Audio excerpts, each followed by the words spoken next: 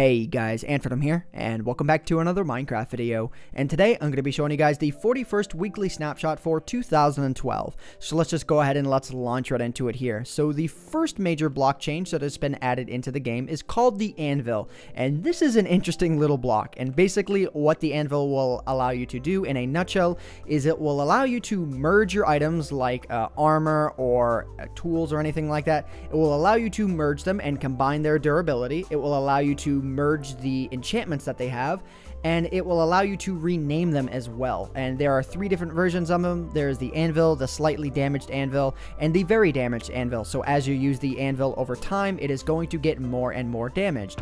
And this is how you craft it right here. So definitely a very expensive crafting recipe if you are playing in survival Minecraft, but something that isn't completely out of the way. So yeah, so basically if I go ahead and I right click on the Anvil here, all I have to do is I have to drop in two of the same items, and it's going to present me with the name of the item, which will allow me to rename if I go ahead and I select it.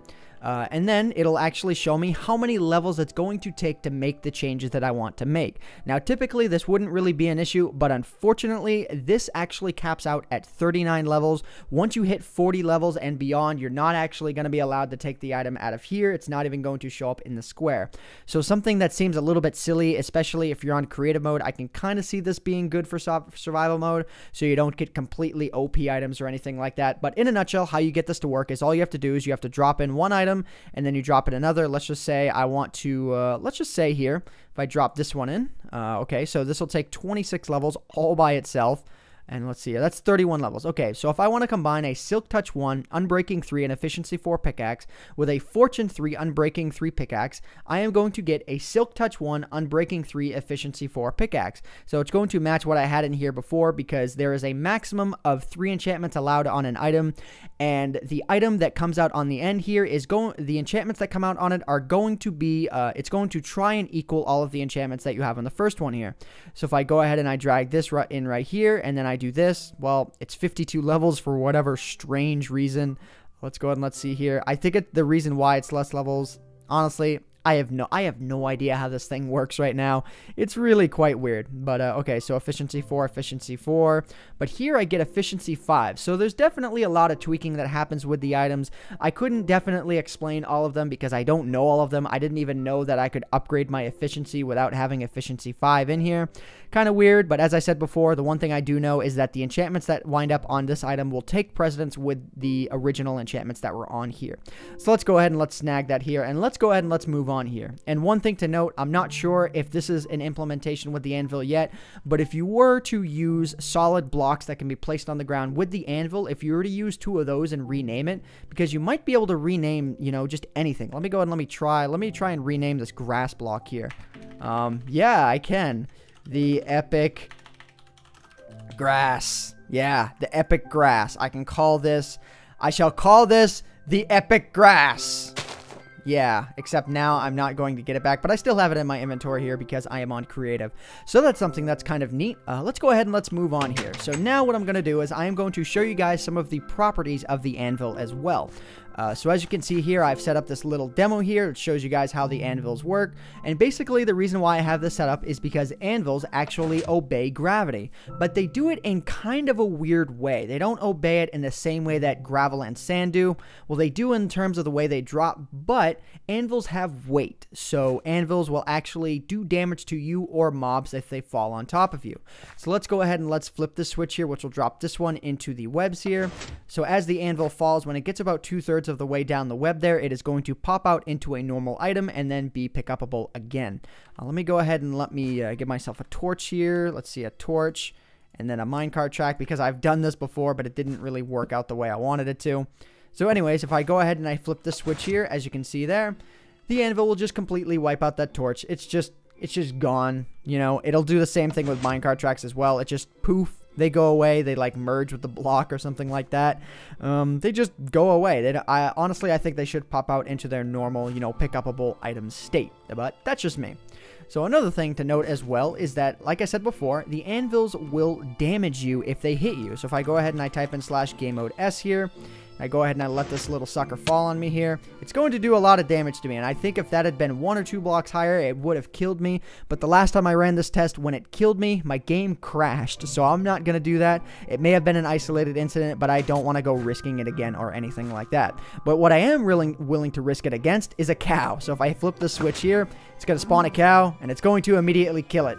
Yeah, die, stupid cow. You are a stupid cow. You did not deserve to live. And I can't pick up that pork because it's stuck there or something.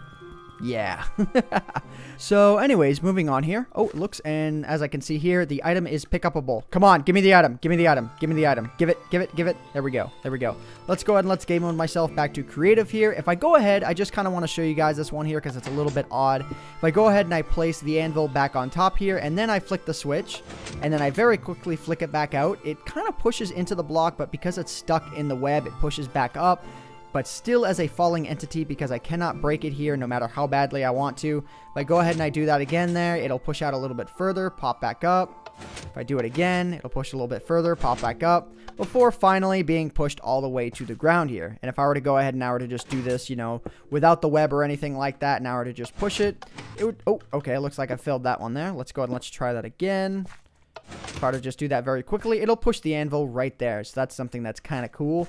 So yeah, just weird trickery that can happen with the anvils. All right, anyways, moving on here, moving on to the changes with the beacon block. There hasn't been any changes with the beacon block itself, but rather the effects that they put out. So if I go ahead and I right click on this here, I feed it an emerald and I give myself the jump boost, you're going to notice that the bubbles that pop up on screen are not nearly as intrusive as they would be. Well, actually they're not supposed to be, but it seems as if it's a little bit glitchy. Let me go ahead and let me try that one more time, because what's supposed to happen is that the bubbles that pop out around you are supposed to be semi-translucent. So if I go ahead and I do this here, again, oh man, this thing is just as buggy as it was originally when it was first introduced. Okay, jump boost, let's try that again.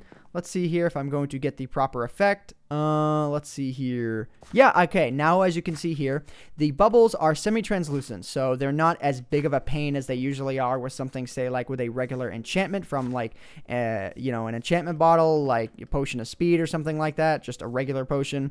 It's not nearly as annoying as that is. So moving on here, one of the things that I want to get into, because I don't want to forget, is if you go ahead and you hit escape and you go into options and then not controls, but multiplayer settings. This is where chat settings would be originally, but it's been renamed. If you go in here, all of the original settings are still in there, but now there is an option to show the cape, and this is applicable to me because I have the Minecon cape because I went to Minecon in 2011. If I go ahead and I hit multiplayer settings and then hit show cape, now my Minecon cape is gone. This is something that is a little bit weird because I've like always had this thing. Like, I've had this on for like 11 straight months. It's kind of weird to take it off. So anyways, let's go ahead and let's pop the cape back on because I do like having it. I feel it's very fitting with the character with the red boots and all that. So moving on to some of the smaller updates here, the F3 menu now shows the cardinal player position. So if I go ahead and I hit F3 here, you can see on the F menu, it actually shows what direction I'm facing. So along with showing 0, 1, 2, and 3, it now shows south, west, north, and east. So that's something that's kind of cool, and I think definitely a good addition. Along with that, the F3 menu no longer shows the pie chart when you just straight up hit F3. Now you have to hit Shift and F3 in order to get the pie chart down there, and I think that is a very useful change because honestly, what is the regular everyday user going to use the pie chart for? I think it's good to have in the game for regular debugging purposes, but not as the default F3 option. It just kind of gets in the way. So mobs no longer forget that they are aggressive when you're on creative. When you attack them, they no longer, okay, yeah, it's raining here. Let's stop this. They no longer forget that they are aggressive towards you. So before, what would happen is you would attack a mob, it would come after you for like not even 5 seconds. It'd come after you for like a second, and then it would just go away. It would just, you know, it wouldn't go away, but it would stop being aggressive towards you. It was something that was kind of weird. So now that has been fixed. Not sure if it was really a necessary fix. I think it might be kind of cool arranging like 500 skeletons to attack you at once or something. Maybe you're trying to get a cool perspective for your video. So it's a change that doesn't really matter. I think it's something that's kind of cool, you know, in and of itself. So creepers can now have a custom explosion radius when their NBT data is edited, which what I believe this means is that now creepers themselves that already exist in worlds can have their explosion radiuses altered, but also this means you can spawn custom creepers that have a custom explosion radius now. That's why I put Vec LOL, because of Vec's maps, and I think he's probably going to have a blast messing around with these. At least that's the comment that people usually leave in videos whenever I make a comment that would relate to a Vec's map. So anyways, capes can now be removed in the multiplayer options, as I just noted before. The experience sound, if I go ahead and I throw this down on the ground here, you notice that when I went from level 11 to level 12, it didn't actually make a noise, and then from 12 to 13 it didn't, because the experience noise now only happens every 5 levels. So if I go to level 15 here, you could hear it there, and it's not nearly as loud as it would usually be, so definitely a welcome change. I didn't like hearing that thing every time I leveled up.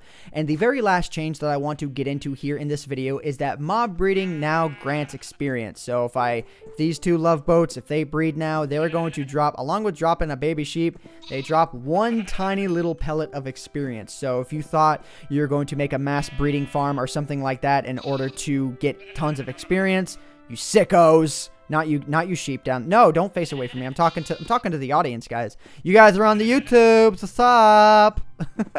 Say hi to the camera. But anyways, guys, yeah. So I am going to go ahead and I am going to end off this snapshot review here. And just a fun fact, in the process of recording this snapshot review, my game has crashed 4 times. So I just wanted you guys to note that if you guys were wondering why the video was cut a couple of times, it's because my game crashed 4 times. So yeah, not sure if it's a problem with 12W41A or the magic launcher that I use, but none of the previous snapshot crashed on me, and this one has crashed many, many times, and I've even had to record this more than once. So on my previous recordings, it crashed about 6 times, so yeah. So anyways, guys, hope you all have enjoyed this video. My name is AntVenom. Oh, and as always, if I've forgotten anything, I will be sure to notate it in the description below. So anyways, guys, hope you all have enjoyed this video. My name is AntVenom, and I bid you all farewell. Thanks so much for watching.